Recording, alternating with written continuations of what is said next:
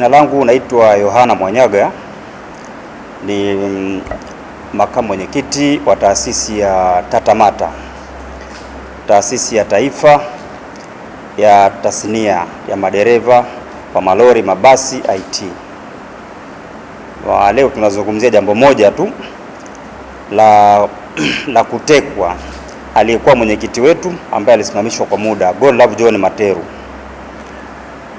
Alipigiwa simu kwamba njoo hapa ofisini kwako, kuna watu wanataka kujiunga na taasisi yenu, lakini ikaonekana kuna gari nyeupe ambayo hatukuweza kuijua namba. Watu wakamchukua, wamempeleka kusikojulikana.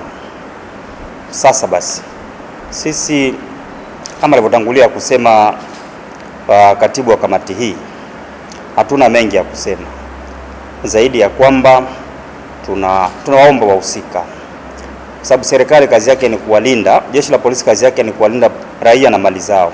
Tunaomba tushirikiane kumtafuta huyu kiongozi wetu mpaka tuhakikishe apatikane. Kama ana makosa kwa yale aliyoyaongea, apelekwe kwenye vyombo vya ulinzi, vyombo vya sheria, apelekwe mahakamani, mahakama itafsiri sheria, iangalie kama ana hatia, basi awajibike kwa makosa yake. Hilo ni moja. Lakini la pili, kabla ya kukamatwa watu kama wanakamatwa wa viongozi, serikali imeiomba sana ijiulize, kwa nini nafikia watu wanakamatwa, hasa viongozi wa madereva. Kwenye nchi hii madereva ni kama watoto yatima, hawasikilizwi. Leo hii sekta ya uchukuzi wameachiwa Waarabu, wanafanya wanavyotaka. Dereva anapakia mafuta, temperature kuanzia asubuhi jioni, hakuna chombo kinachosimamia. Dereva anapata losi huko, anaenda losi by meter. Dereva anaambiwa allowable yake ni lita 100. Serikali haijaweka allowable. Dereva anakatwa allowable lita 100, lakini huyo transporter hatujaambiwa yeye anakatwa kiasi gani. Sasa tunaiomba sana serikali isimamie hii sekta ya uchukuzi, isiwaachie Waarabu wakafanya wanavyotaka. Leo madereva wamekuwa ni maskini, wapangaji wa nyumba, wajenge nyumba zao, kila siku ni kulipa madeni, kitu ambacho kwenye nchi nyingine haya mambo huwa hayakubaliki. Kwa hiyo tunaiomba serikali iangalie kwa namna ya kipekee hii sekta iweze kuangaliwa, isimamiwe, ili madereva waweze kufaidi matunda kwenye kazi yao. John Materu alikuwa ni mwenyekiti wa taasisi yetu ya TATAMATA. Alisimamishwa kwa adhabu tu alisimamishwa, alikuwa anatumikia adhabu yake. Yaani mwenyekiti, lakini alikuwa amesimamishwa, anatumikia adhabu yake. Kwa hiyo alikuwa bado hajamaliza.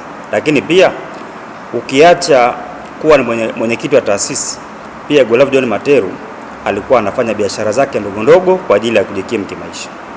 Kwani kwake Godlove John Materu anaishi Tunduma, anaishi mkoa wa Songwe, Tunduma. Eneo moja linaitwa Chapwa, ndio anapoishi hapo karibu na petrol station ya Mount Meru. Kwa majina naitwa Mboka Mwakitwile, ni katibu wa kamati hii, pia ni mjumbe kutoka chama cha wafanyakazi KOTOT. Mustakabali mzima ambao tunaenda kuzungumzia leo kwenye waandishi wa habari ni juu ya upotevu au kupotelewa na kiongozi wetu Mr. John Materu. Mpaka tunazungumzia hapa kuwaita nyinyi waandishi wa habari, ni siku ya 3 toka ameondoka katika hali ya kawaida, akiwa pale katika utendaji wake ofisini kwake, alichukuliwa na watu wasiojulikana. Mpaka dakika hii hatujui alipo mwenyekiti wetu. Kwa niaba ya madereva Tanzania, tumeona ni vema tutoe kilio chetu ili kiweze kufika sehemu husika. Jambo la kwanza, hatuelewi alipo na ni kwa nini ametoweka katika mazingira ambayo hatuelewi. Tumeenda vituo vya polisi, hatujamuona. Kwanza niweze kutoa shukrani kwa jeshi la polisi kutoa ushirikiano kwamba na wao hawajawa na taarifa kwamba huyu kiongozi wetu yuko sehemu gani. Sasa tunakwenda moja kwa moja kwenye tamko. la madereva Tanzania. Tunatoa tamko kama ifuatavyo. Leo Jumapili tarehe 8 tunaviomba vyombo vya usalama, jeshi la polisi, wamiliki pamoja na sisi madereva, tunatoa tamko kama ifuatavyo. Kuanzia leo mpaka ifikapo kesho Jumanne, tutasimamisha shughuli kwenda kumtafuta ndugu yetu huko alikojificha, huko alikopelekwa. Kwa hiyo tunaomba jeshi la polisi lishirikiane nasi, vyombo vya dola vishirikiane nasi kwenda kumtafuta huyo bwana huko aliko. Kwa hiyo tunasimamisha huduma kuanzia Jumanne kama hatapatikana kuanzia hii leo. Wamiliki hatuna ugomvi nao, vyombo vya dola hatuna ugomvi navyo, ila tunavialika vyombo hivi kwenda kumtafuta ndugu yetu. Hatuna ugomvi na serikali, hatuna ugomvi na wafanyabiashara, ila kuna maandiko hata kwenye Biblia nazungumza kwamba tunajifunza kwa Biblia. Kama mimi Mkristo, imeelezea kuna mtu alikuwa na kondoo 100, kondoo mmoja akapotea. Katika kondoo 100 akaacha wale 99, akaenda kumtafuta yule kondoo aliyepotea. Vivyo hivyo hata sisi tunaacha kondoo wengine waliopo, tunaenda kumtafuta huyu ndugu yetu aliyepotea huko aliko. Kwa hiyo tutaendelea kuanzia Jumanne mpaka hapo atakapopatikanika. Tutakuwa tayari jukumu tulijue kwamba kitu gani kinachoendelea. Asante. Kwa majina naitwa Monica Joseph Boy, ni mwakilishi wa madereva wanawake Tanzania. Naungana pamoja na viongozi wangu wote waliopita nikiwa ni mwakilishi wa madereva wa kike Tanzania. Pia mimi naungana kumtafuta kiongozi wetu Bwana Godlove John Materu ambaye amepotea au amechukuliwa na watu wasiojulikana, na mpaka sasa hatutambui yuko wapi, ikiwa ni siku ya 4 leo toka tarehe 5. Basi kama ni siku ya 4 leo, sisi kama wakina mama au mimi kama mama na ni mwakilishi wa mama madereva Tanzania, tamko letu ni kwamba mpaka ifikapo tarehe 10 hatujapata jibu lolote, basi huduma zote zitasimama za usafirishaji, si kwa Tanzania tu, naomba hata East Africa nzima, kwa sababu tumeshaungana, watuunge mkono kwenye jambo hili, kwa sababu huyu ni dereva mwenzetu, ni kiongozi mwenzetu na ni mtu muhimu, na alichokuwa anapambania ni matakwa ya madereva ambao ndio sisi tumebaki nje, na kachukuliwa hajulikani mpaka sasa alipo. Lakini kiupana zaidi ni muombe mama yetu, rais wetu wa Jamhuri ya Muungano wa Tanzania, kwa sababu mpaka sasa tumeshauliza kwenye vyombo vya dola, hamna majibu yote ambayo yamepatikana. Mama, kama unanisikia, naomba utuangalie au utusaidie sisi madereva na viongozi wetu. Tumekuwa ni watoto yatima ambao tunanyanyaswa na tukinyanyasika. Tukiongea kuhusu haki zetu ndo kama hivi, wengine wanapotea, wengine hawajulikani walipo. Kwa hiyo nilikuwa naomba kwa upana sana, ifikapo tarehe 10 mwenzetu hajapatikana, ni vema tukapaki magari yetu na sisi ili tumtafute mwenzetu. Si kwamba tuna ugomvi na waajiri wetu, hapana. Si kwamba tuna ugomvi na serikali yetu ya Tanzania, hapana. Si kwamba tuna ugomvi na vyombo vya dola, hapana. Tunapaki magari yetu na vyombo vyetu kwa sababu ya kumtafuta mwenzetu ambaye ajulikani alipo. Mimi naitwa wakili Alois Komba, mwanasheria wa kujitegemea, wakili kiongozi wa kampuni ya mawakili inaitwa Haki Kwanza Advocates, na mmoja wa wadau wakubwa wa haki za binadamu, lakini zaidi kwa minajili ya swala hili la leo, mimi ni mdau mkubwa sana wa haki za madereva na nimekuwa nao kwa miaka mingi kidogo, hasa hawa madereva wa masafa marefu pamoja na vyama vyao mbalimbali, katika maana kwamba wale wa nchi yetu ya Tanzania na nchi jirani, wakiwemo pamoja na wale waajiri wao.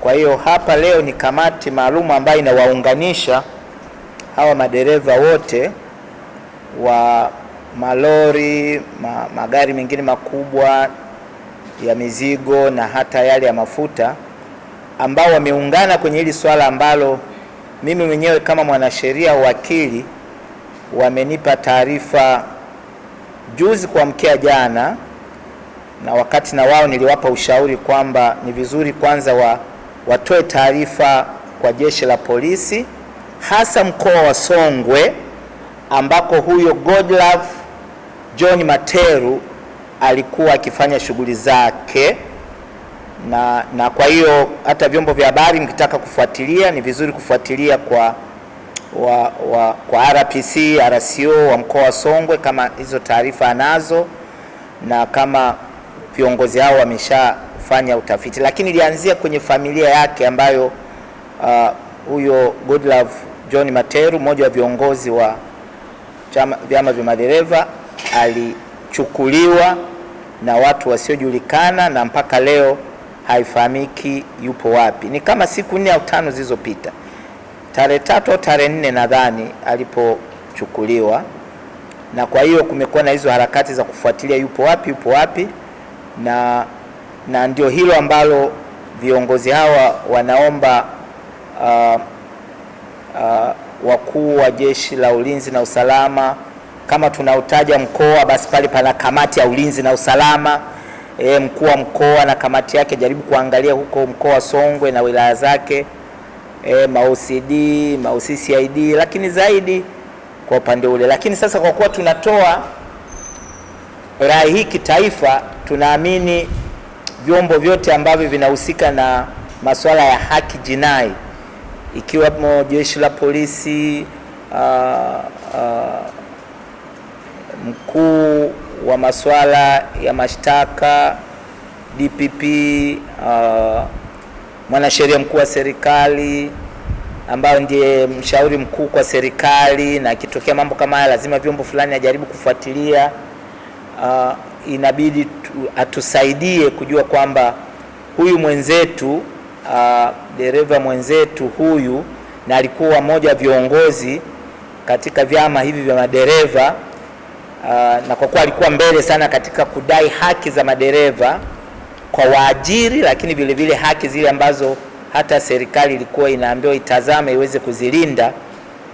Na wengine tunahisi kwamba pengine pote yake inatokana na hizo harakati zake, au la, kama inahusiana na mambo yake binafsi ya kibiashara au ya kifamilia, nayo ingetakiwa yawekwe wazi.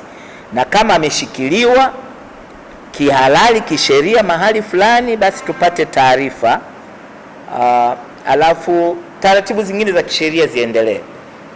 Kama ameshikiliwa na vyombo vya ulinzi na usalama, na hasa jeshi la polisi linajua kwamba kuna swala la dhamana kwake polisi, au la, akipelekwa mahakamani atapata dhamana ya polisi.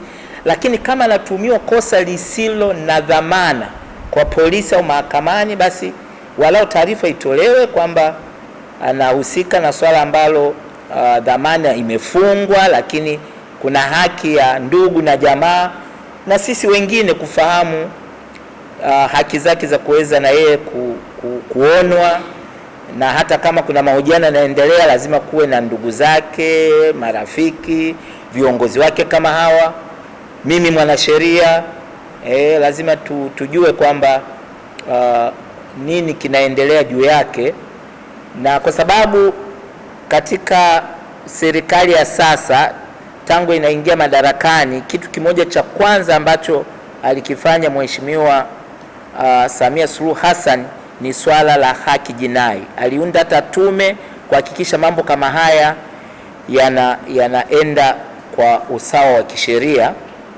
Kwa hiyo tunaamini kwamba swala hili litaenda ipasavyo, na kwamba kama ambavyo viongozi wamesema kwamba wao katika hizi siku mbili wapo kuendelea kumtafuta, na pengine ikifika tarehe 10 wanaweza wakasema ngoja waweke hata vifaa vyao vya kazi chini, wahangaike kumpata huyu.